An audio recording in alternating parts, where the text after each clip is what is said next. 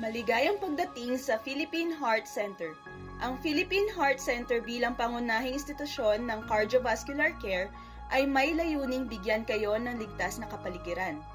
Ang video na ito ay gabay sa inyo upang maiwasan ang insidente ng pagkahulog. Kaming mga healthcare providers at kayong mga magulang ay may responsibilidad sa pasyente upang bantayan sila para maiwasan ang pagkahulog. Ayon sa pag-aaral, ang mga kabataang edad 10 hanggang 17 ang may pinakamalaking porsyento ng pagkalaglag. Kasunod dito ay ang mga bata edad 1 hanggang 2. Makinig na mabuti sa mga payo upang mapanatili ang kaligtasan.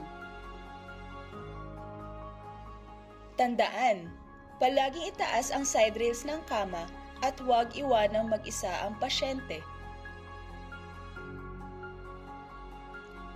Maaaring magpatulong sa nurse kung paano ito itaas.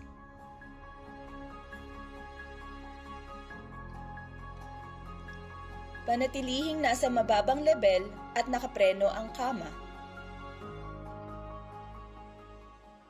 Ang call bell ay nakalagay sa itaas na bahagi ng kama. Siguraduhin ito ay malapit upang madaling maabot kung kinakailangan.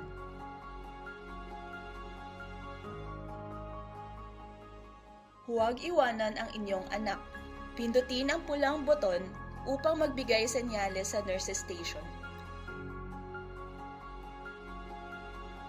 Kami ay pupunta upang tugunan ang inyong pangangailangan. Kapag merong emergency, hilahin ang pulang tali sa loob ng palikuran at huwag iwanan ng pasyente. Hintayin ang nurse upang mabigyan ng kaukulang tulong.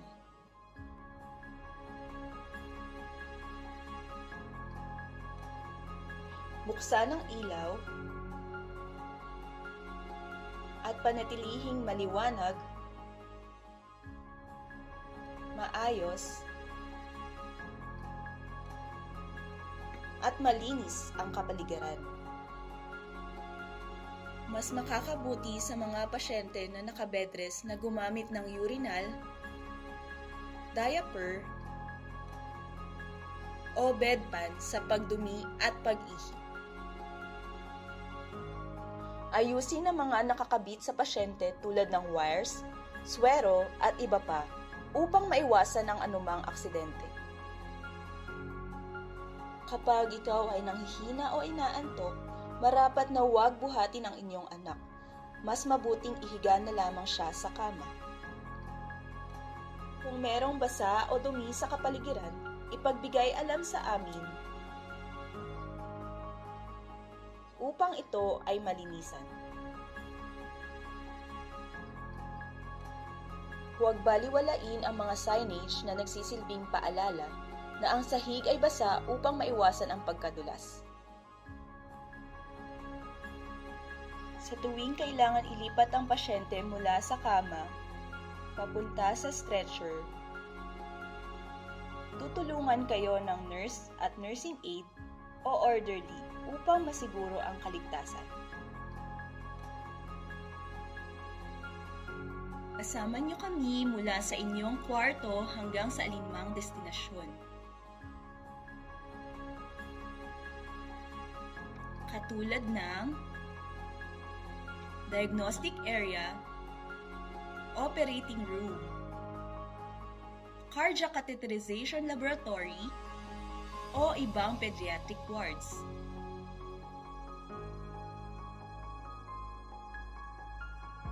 Mayroon din mga pagkakataon na kami ay gagamit ng wheelchair sa paglilipat.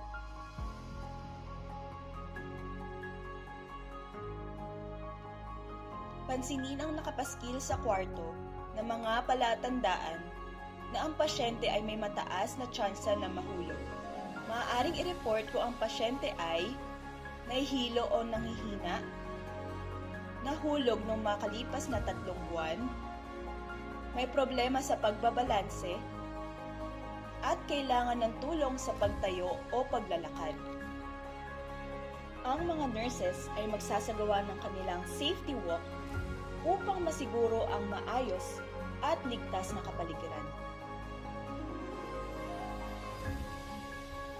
Kaugnay nito, humihingi kami ng pahintulot na inyong lagdaan ang Fall Prevention Agreement. Ito ay nangangahulugang na paliwanag at inyong susundin ang mga alituntunin. Dahil dito sa Philippine Heart Center, safety is our priority.